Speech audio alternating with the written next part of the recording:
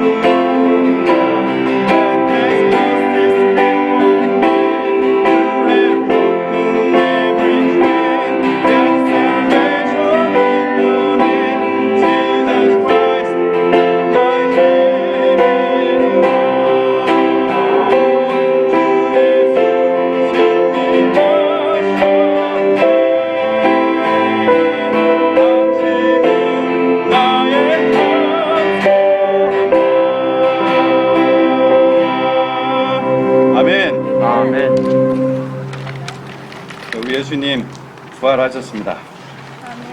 아멘. 우리 주님께 영광, 예수 찬양하겠습니다.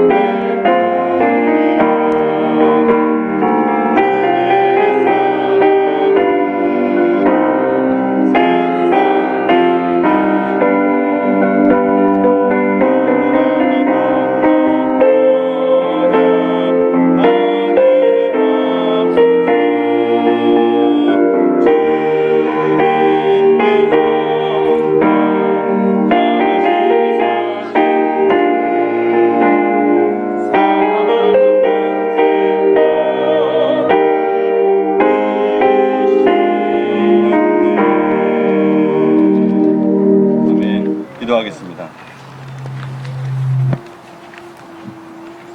이 사랑과 은혜가 많으신 우리 하나님 아버지, 우리 주님께서 부활하셔서 우리에게 참 산 소망을 허락하시니 감사를 드립니다. 하나님, 우리가 절망과 슬픔 속에 그것을 또 느끼는 사람도 있었고 또 느끼지 못하는 사람도 있었겠지만 우리는 결국은 모두 다 절망 가운데서 영원히 죽을 수밖에 없는 그런 존재로서 살 수밖에 없는 존재였으나 예수님께서 신이 사람이 되시고 십자가에서 그 모든 죄를 담당하시고 우리를 위해서 죽으시고 부활하셔서 우리에게 영원한 생명을 주시고 이제는 승천하셔서 하나님 참으로 모든 죽은 자들의 또 앞으로 주님 나라 갈 자들의 산 소망이 되게 하시니 감사를 드립니다. 하나님 특별히 우리에게 이렇게 참으로 화창한 날을 허락하여 주시고 또한 이 자리에 오늘 우리가 함께 나와서 예수님의 부활을 기뻐하며 축제하며 함께 나눌 수 있는 그런 믿음들을 허락하여 주시니 감사드립니다. 오늘 예배에서 준비한 그 모든 손길들 하나님 아시오니 축복하시고 은혜를 내려주셔서 더욱더 큰 믿음으로 하나님 부어주셔서 하나님 나라에 더욱더 쓰임받는 귀한 손길들 될 수 있도록 역사하여 주시옵소서. 오늘 예배를 받아주시되 오늘 예배 속에서 하나님 우리에게 말씀하여 주시고 특별히 이 야외 예배 드리는 동안 모든 참으로 예상치 못하는 방해 세력들로부터 주님 보호하여 주시고 우리 원성도들이 또한 집중하여 하나님께 예배할 때 참으로 우리 인생 가운데서 참으로 귀한 예배로 기억되게 하여 주시옵소서. 주님께 이 시간 온전히 의탁하오며 예수님 이름으로 기도합니다. 아멘. 신기하네요. 제가 마이크를 손에 들고 있으면 하울링이 안 뜨고 끼면은 이제 한 5분에 한 번씩 하울링이 뜨는 것 같아요. 오늘 하나님 말씀 읽고 우리 특주 하나님께 올려드리도록 하겠습니다. 하나님의 말씀 요한복음 20장 펴주시기 바랍니다.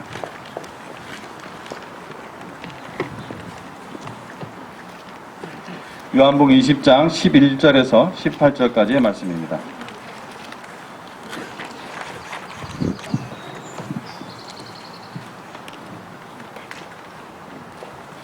요한복음 20장 11절에서 18절까지의 말씀.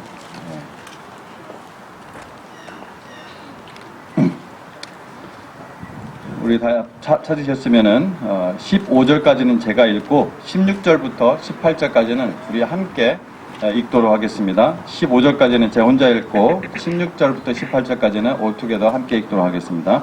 마리아는 무덤 밖에서 서서 울고 있더니 울면서 구부려 무덤 안을 들여다보니 흰옷 입은 두 천사가 예수의 시체에 누웠던 곳에 하나는 머리편에 하나는 발편에 앉았더라. 천사들이 이르되 여자여 어찌하여 우느냐? 이르되 사람들이 내 주님을 옮겨다가 어디 두었는지 내가 알지 못함이니이다. 이 말을 하고 뒤로 돌이켜 예수께서 서 계신 것을 보았으나 예수이신 줄은 알지 못하더라. 예수께서 이르시되 여자여 어찌하여 울며 누구를 찾느냐 하시니 마리아는 그가 동산직인 줄 알고 이르되 주여 당신이 옮겼거든 어디 두었는지 내게 이르소서 그리하면 내가 가져가리이다. 같이 읽습니다. 예수께서 마리아야 하시거늘 마리아가 돌이켜 히브리 말로 마보니 하니 이는 선생님이라 하는 말이라. 예수께서 이르시되 나를 붙들지 말라. 내가 아직 아버지께로 올라가지 아니하였노라.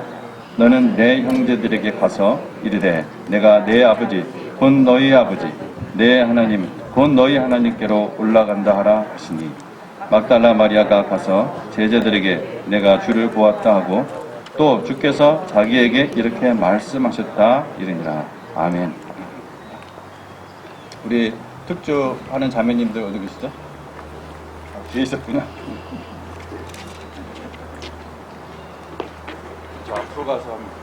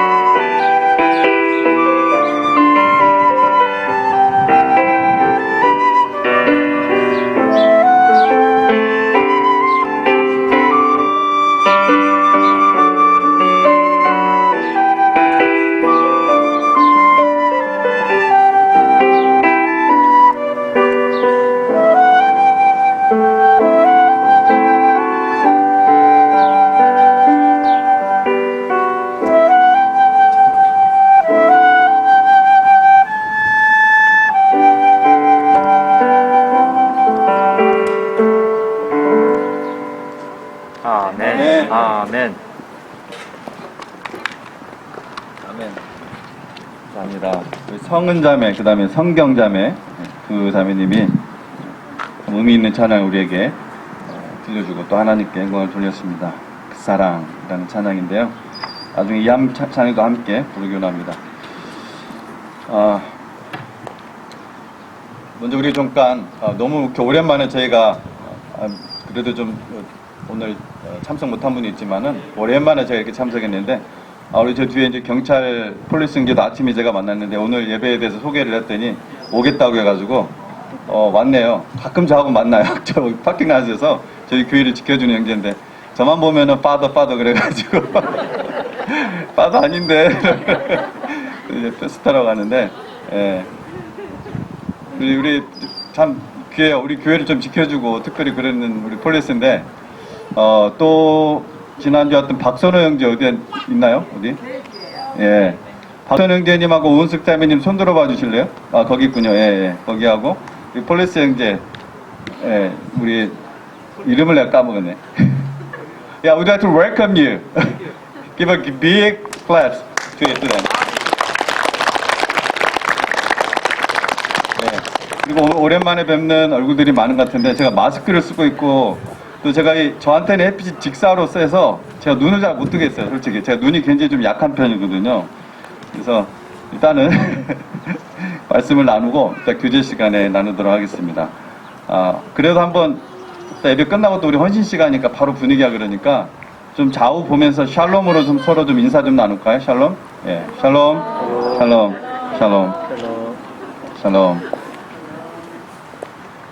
우리 그 트랜슬레이션 시스템 드렸나요? 저 폴리스 형제님한테? 예. 자, 오늘 말씀 함께 나누도록 하겠습니다. 오늘 말씀의 제목은 부활하신 주님의 질문들이라는 제목입니다. 부활하신 주님의 질문들. 우리가 처음에 찬양 불렀는데 주 예수 나의 산 소망, Jesus Christ my living hope. 아멘. 근데 우리는 이렇게 어떤 희망적인 생각이나 소위 말하는 어떤 긍정적인 그런 생각이 아닌 실제 그 리얼리티에 뿌리를 둔 그러한 희망이 필요합니다. 그래서 예수님의 부활 소식은 절망과 슬픔에 휩싸인 사람들에게 희망을 가져다 주었습니다. 그래서 오늘 본문에서 우리는 막달라 마리아가 울고 있는 모습을 발견하죠. 이 막달라 마리아의 그 눈물 속에서 슬픔과 절망을 우리가 볼 수가 있습니다. 그녀의 울음을 묘사하는 데 사용된 이 성경 원어는 정말 울음을 주체할 수 없어서 통제할 수 없어서 울부짖는 그러한 통곡을 의미합니다. 그녀는 예수님이 죽으셨을 뿐만 아니라 이제는 그 시체마저 사라져서 예수님께 당연히 해드려야 될 적절한 장례를 치르지 못한 것에 대해서 더 깊은 절망, 낙담에 빠져 있습니다. 오늘 이 이야기의 배경은 우리 읽지 않았지만 그 앞구절 요한복음 20장 1절에서 10절에 있습니다. 마리아는 무덤에 갔고 돌이 제거된 것을 발견했습니다. 그녀는 너무나 당황스럽고 놀라서 베드로와 요한에게 막 달려가서 말했습니다. 사람들이 주님의 시체를, 주님의 몸을 가져가서 어디다 두었는지 제가 모르겠습니다. 베드로와 요한은 그 말을 듣고 놀라서 즉시 무덤으로 달려갔습니다. 정말 막달라 마리아가 말한 대로 예수님의 그 무덤은 비어 있었습니다. 그러나 그 도중 아무도 성경에서 예수님이 메시아가 죽으시고 또 다시 살아나셔야 한다는 이 말씀을 아직 이해하지 못하고 있었다고 오늘 성경 본문은 말하고 있습니다. 빈 무덤을 본 후 베드로와 요한은 어찌할 수가 없어서 그저 그들이 있었던 그 공동의 장소로 다시 돌아갔습니다. 그래서 그 사이에 여자니까 좀 뒤따라왔겠죠. 달려왔으니까. 그 사이 뒤따라 달려오던 이 막달라 마리아가 그 무덤에 도착했고 이 막달라 마리아는 돌아가지 않고 그 무덤에 머물러서 울고 있었습니다. 예수님을 찾고 싶었지만 이 시점에서 막달라 마리아가 찾았던 예수님은 부활체인 예수님이 아니라 시체, 죽으신 시체 예수님이셨겠죠. 그녀는 누군가 무덤을 훔쳐서 예수님께 모욕을 더한 것으로 생각을 했습니다. 그런 혼란스러운 상태에서 몸을 구부리고 예수님의 그 무덤을 들여다보았는데 그곳에서 두 천사가 앉아 있는 것을 보았습니다. 그 천사들은 막달라 마리아에게 어찌하여 우느냐? 어찌하여 우느냐? 잠시 후 예수님은 이와 똑같은 질문을 하시고 이어서 바로 다른 질문도 하시죠. 누구를 찾느냐? 뭡니까? 예수님도 천사도 어떤 정보를 얻기 위해서 그러한 질문을 한 것이 아니라 오히려 그들은 마리아가 그리고 우리가 그 질문의 의미에 대해 생각하기를 원했습니다. 그렇게 함으로써 우리는 부활하신 구주를 만나고자 할 때 우리의 슬픔을 희망으로 바꾸는 방법을 배울 것이기 때문입니다. 따라서 이 몇 가지 질문을 살펴보도록 하겠습니다. 첫 번째로 어찌하여 우느냐? 어찌하여 우느냐? 우리는 슬픈 일이 있으면 특히 깊은 절망과 슬픔이 다가오면 울 수밖에 없지만 그건 자연스러운 감정이에요. 하지만 예수님의 부활에 비추어 그 슬픔을 처리해야 됩니다. 마리아는 악한 사람들이 하나님의 그 주권적인 목적을 이기고 있다고 생각을 했습니다. 바로 악한 사람들 때문에 하나님의 그 계획이 틀어진 것으로 생각을 했다는 것이죠. 그들은 예수님을 죽였고 이제 예수님의 몸까지 훔쳤습니다. 그녀는 두 번을 한답니다. 같은 말을. 오늘 20장 2절 그리고 13절에서 누가 예수님의 그 몸을 가져다가 어디다 두었는지 제가 알지 못하겠습니다. 정말 아이러니한 슬픔과 불만이죠. 왜냐하면 그녀가 고백한 대로 예수님께서 정말 주님이라면은 그 주님의 동의 없이는 아무도 그를 데려갈 수가 없기 때문입니다. 만약 하나님께서 그의 모든 방법으로 예수님을 보호하기 위해 메시아에 대해 천사들에게 명령을 내리시면은 분명히 하나님은 예수님께서 십자가에 못 박히시는 것도 허락하지 않으셨을 것이고 예수님의 그 시체도 몸도 도난당하는 것을 허락하지 않으실 것입니다. 여러분, 어떤 상황이 있더라도 지금 여러분이 어떤 상황에 빠져 있다 할지라도 또 앞으로 어떤 일이 일어난다 할지라도 여러분 명심하시기 바랍니다. 이것을 꼭 기억하시기 바랍니다. 하나님의 주권적인 뜻을 어느 누구도 실패하게 할 수 없다는 것입니다. 슬픔과 근심은 인간의 자연스러운 감정입니다. 하지만 우리는 종종 하나님이 주권자이며 악인이 그 어느 누구도 그분의 그 영원한 목적을 방해하기 위해 아무것도 할 수 없다는 사실을 잊어버리기 때문에 불필요한 슬픔과 절망에 빠질 때가 있다는 거죠. 슬픔 자체, 절망 자체를 제가 뭐라고 하는 것이 아닙니다. 비난하는 것이 아닙니다. 저도 슬퍼하고 저도 절망할 때가 있습니다. 그러나 불필요한 그러한 슬픔과 절망에 빠질 때가 있다는 것이죠. 뭐 때문에요? 주님의 주권을 망각할 때. 몇 년 전 캘리포니아에 사는 28살 된 한 젊은 여성의 비극적인 이야기를 들었는데 어느 날 저녁 친구에게 결혼 선물을 사주기 위해서 쇼핑몰에 갔었습니다. 근데 이 여성과 그녀의 그 모든 가족들은 해외 선교에 아주 적극적으로 동참하고 있는 헌신된 그리스도인들이었습니다. 그날 밤 쇼핑몰은 거의 비어 있었습니다. 두 명의 악한 남자가 이 경건한 젊은 여성을 납치하고 강간하고 살해했습니다. 하나님의 왕국에 큰 잠재력을 가진 인생을 막은 무의미하고 잔인한 그런 살인이었습니다. 그 여인의 남편과 부모는 하나님께서 왜 이것을 허락하셨는지에 대한 답없는 질문으로 평생을 씨름할 것입니다. 하지만 분명한 것은 하나님의 주권과 예수님의 이 부활 사실 외에는 그들에게 참된 위안이 없다는 것입니다. 그 어느 것도. 로마서 8장 28절에 그 진리대로 하나님의 때에 하나님께서 모든 것을 협력하여 하나님의 선을 이루실 것입니다. 예수님의 십자가 사건 그 자체만 보더라도 그렇습니다. 악인들이 예수님을 십자가에 못 박았어요. 하지만 하나님은 이 모든 것을 섭리하셔서 하나님의 주권적인 목적, 대속의 죽음을 성취하셨던 것입니다.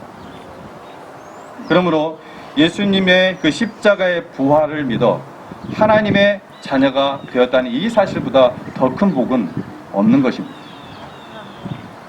아마도 부활하신 주님은 막달라 마리아에게 어찌하여 우느냐라고 물으신 것과 동일한 질문을 바로 당신에게, 우리에게 하실 것입니다. 아마도 마리아처럼 그런 질문이 어디 있어요, 주님? 그들이 무엇을 하는지 주님 보시지 않습니까? 왜냐하면 그들이 라고 말을 더 하기 전에 주님은 부드럽게 그 말을 끊으시고, 잠깐만, 내가 다시 살아나서 무덤이 비어있는 거야. 자, 어찌하여 우느냐? 그리고 부활하신 주님께서 마리아에게 묻는 두 번째 중요한 질문이 있습니다. 누구를 찾느냐? 예수님은 그녀가 첫 번째 질문에 답할 기회를 찾기도 전에 그것을 물어보십니다. 왜냐하면 그녀가 울고 있는 그 이유에 대한 답은 바로 그녀가 누구를 찾고 있는가에 대한 그 답에서 찾을 수 있기 때문입니다. 두 번째입니다. 우리가 십자가에 못 박히고 부활하시고 승천하신 구주를 구한다면은, 갈급한다면은 그분은 우리의 슬픔을 희망으로 바꾸십니다. 여러분, 분명히 마리아는 죽으신 주님을 찾고 있었습니다. 예수님에 대한 그녀의 헌신은 칭찬할 만하죠. 하지만 마리아가 죽은 예수님의 그 시선을 썩지 않도록 방부 처리를 조금 더 한다고 해서 그것이 예수님께 어떤 유익이 있겠습니까? 죽은 예언자의 시체를 꾸미는 죽은 종교는 아무 소용이 없습니다. 오직 무덤을 이기신 살아계신 구주만이 슬픔에 대한 희망을 제공하는 것입니다. 그렇습니다. 우리는 십자가에 못 박힌 구원자를 찾습니다. 물론 마리아는 그것을 알고 있었어요. 그러나 그녀는 메시아가 오시기 수백 년 전에 성경에서 메시아의 죽음이 예언됐다는 것을 잊고 있었어요. 제가 전체장을 읽을 시간이 없지만 이것은 부활절 주간에, 이 부활절의 달에 꼭 읽어야 되는 말씀이죠. 이사야서 53장 5절에서 6절 말씀. 그가 찔림은 우리의 허물 때문이요 그가 상함은 우리의 죄악 때문이라. 그가 징계를 받음으로 우리는 평화를 누리고 그가 채찍에 맞음으로 우리는 나음을 받았도다. 우리는 다 양 같아서 그릇 행하여 각기 제 길로 갔거늘 여호와께서는 우리 모두의 죄악을 그에게 담당시키셨도다. 그 외 성경의 여러 곳에서 메시아의 고난과 죽음에 대한 예언이 있습니다. 수백 년 전에, 예수님 오시기 전에.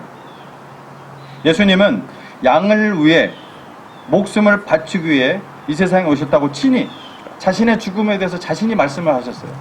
제자들과 함께 있었을 때. 성경에 보면 당신의 죄를 위해 십자가에 못 박히신 예수 그리스도를 모른다면 당신은 그분과 아무런 상관이 없는 분입니다.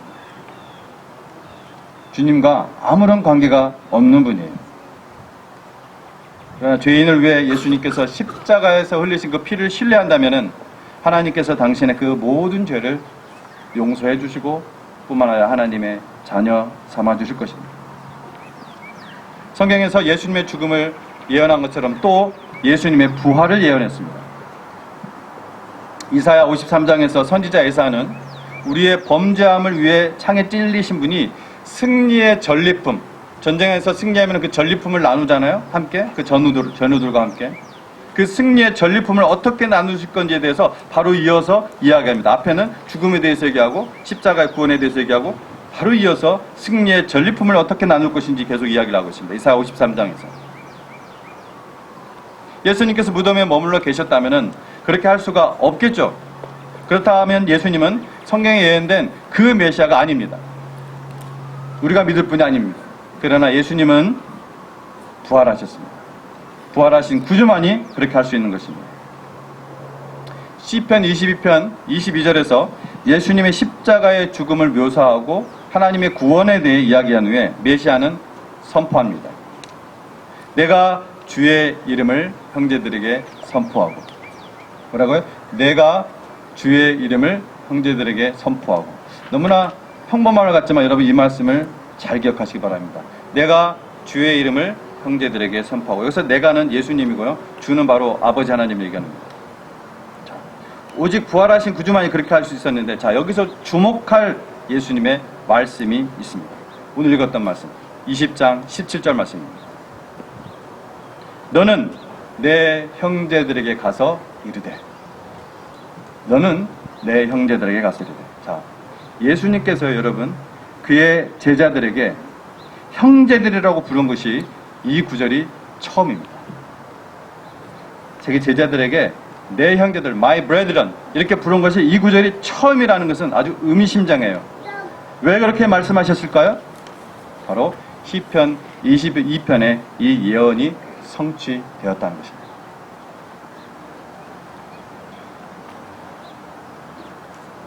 우리가 부활하신 구원자를 구할 때 그분은 우리의 슬픔을 희망으로 바꾸십니다. 마리아라 하는 주님의 이 한마디 말씀에 마리아의 그 우울함은 기쁨으로 바뀌었습니다. 그녀의 눈은 예수님을 인식하지 못했지만 그녀의 귀는 그 음성을 알고 있었습니다. 마리아야. 예수님은 자신의 양의 이름을 부르는 선한 목자라고 말씀하셨습니다. 그는 각 사람을 알고 있고 그들의 이름을 부르신다고 말씀하셨습니다. 승호야, 극선아, 제가 부르는 게 아니에요. 그는 여전히 사람을 찾으십니다. 그는 여전히 그의 양을 이름으로 부르십니다. 우리는 우리의 슬픔을 그분께 가져가고 우리의 이름을 아는 그 선한 목자와 함께 개인적인 만남을 가질 수가 있는 것입니다. 그리고 그는 우리를 그의 형제라고 부르십니다. 제가 말했듯이 예수님께서 제자들을 그의 형제라고 부르신 것은 이번이 처음입니다. 그러나 그분이 이 말씀을 그들에게 보내셨을 때 생각을 해보십시오. 그들은 여전히 그들의 그 실패와 그 제자들 말이죠. 그들의 그 실패와 죄책감으로 떨고 있었다는 점을 주목하는 것이 좋습니다. 그 입장에 대보세요. 물론 베드로가 가장 크게 실패했지만 모든 제자들이 예수님을 버리고 도망갔습니다. 도마가 의심하는 자로 가장 잘려져 있지만 모든 제자들은 부활에 대한 그 여인들의 그 보고에 비웃었습니다. 그러나 예수님께서 형제라고 부르신 것은 바로 실패하고 죄를 지은 바로 이 사람들이었습니다.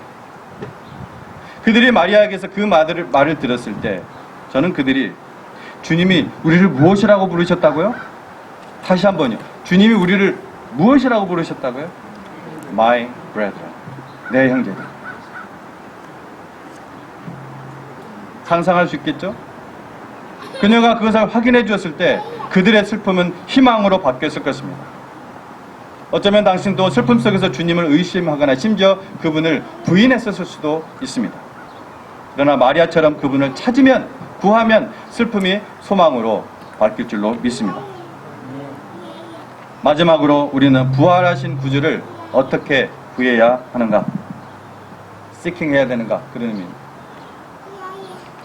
부활하신 구주를 정직하고 부지런하고 그리고 순종적으로 구하십시오. 부활하신 구주를 첫째 정직하게 구하십시오. 여러분, 눈물을 숨기거나 가리거나 뭘 꾸미려고 하지 마십시오. 막달라 마리아는 그렇게 하지 않았습니다. 예수님은 당신의 그 모든 갈등과 투쟁과 아픔을 알고 계십니다. 부족한 부분, 죄 지은 부분 다 알고 계십니다. 있는 모습 그대로 나오시기 바랍니다. 둘째로 부지런히 구하시기 바랍니다. 마리아는 무덤에 도착한 첫 번째 사람이었고 다른 사람들이 다 자기 자리로 돌아갔을 때 그때에도 그 무덤에 머물렀습니다. 주님께서는 그분을 찾고자 하는 그녀의 그 소망에 상을 주셨죠. 제일 먼저 나타나셨어요. 나중에 도마는 예수님이 나타났을 때 제자들과 함께 있지 못해서 일주일을 더 기다려야 했습니다. 제가 도마 입장에 보니까 아마도 그는 너무 우울해서 다른 사람들과 함께 있고 싶지 않았을 것 같아요. 그런 심정이었을 것 같아요. 너무 우울해가지고. 왜 제가 그렇게 생각하냐면 어쨌든 나중에 다시 나타나거든요. 예수님이 부활하셨다는 소식 듣고. 믿음에서 떠난 건 아니에요. 당신이 우울할 수도 있지만, 여러분이 슬퍼할 수도 있지만, 그렇다고 그것이 주님을 만나는 곳에 있는 것을 방해하지 않도록 하시기 바랍니다. 부지런히 그분을 찾으십시오. 그러면 그분을 찾으실 것입니다. 나를 찾는 자들에게 나를 나타내리라. 잠언 말씀을 얘기하고 있죠. 마지막으로 순종함으로 부활하신 구주를 찾으십시오. 주님은 당신의 그 모든 소원을 들어주는 지니 같은, 알라딘의 지니 같은 사람이 아닙니다. 주님은 반드시 내가 생각하는 방식으로, 여러분이 생각하는 방식으로 모든 문제를 해결하시지 않을 겁니다. 그는 주님이십니다. 그거 기억하십시오. 그는 주님이십니다. 그분은 명령하시고 그분의 종들은 순종하는 것입니다.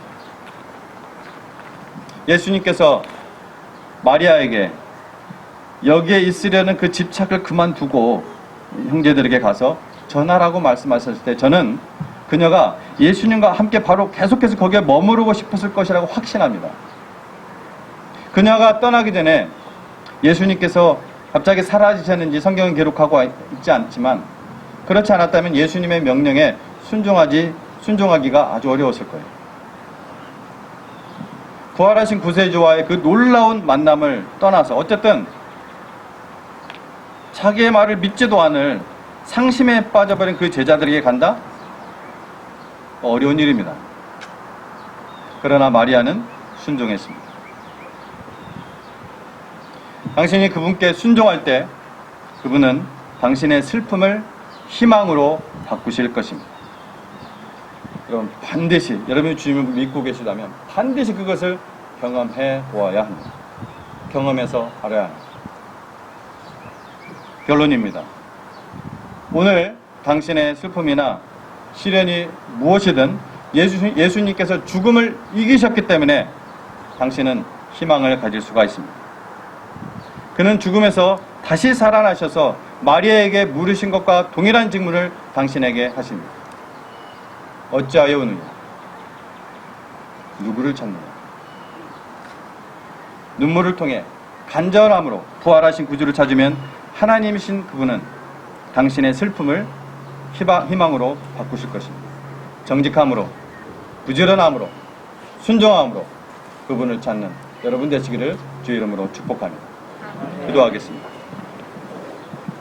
하나님 아버지 감사합니다. 오늘 이 시간 저에게 참으로 귀한 시간을 허락하여 주시니 감사를 드립니다. 이 코비드-19 기간 동안에 참으로 귀한 이러한 예배를 함께 주님의 몸으로 드리게 하시니 감사를 드립니다. 주님께 영광을 돌립니다. 이 자리에 있는 모든 분들이 오늘 하는 말씀을 잘 기억하게 도와주시옵소서. 그들의 심령에 이 말씀의 씨앗이 뿌려진 그 말씀의 씨앗이 잘 싹이 나고 열매 맺게 도와주시옵소서. 주님께서 그때까지 끊임없이 역사하실 줄로 믿습니다. 하나님께 모든 영광 돌리오며 예수님 이름으로 기도합니다. 아멘. 우리 하나님께 헌신의 찬양 드리고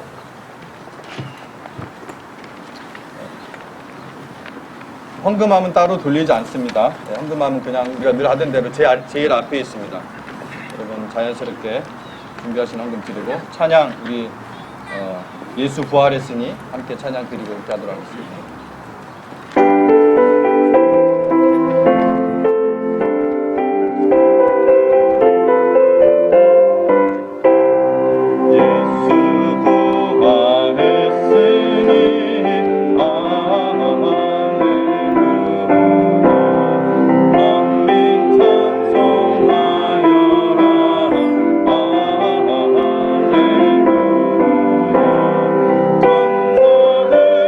천사들이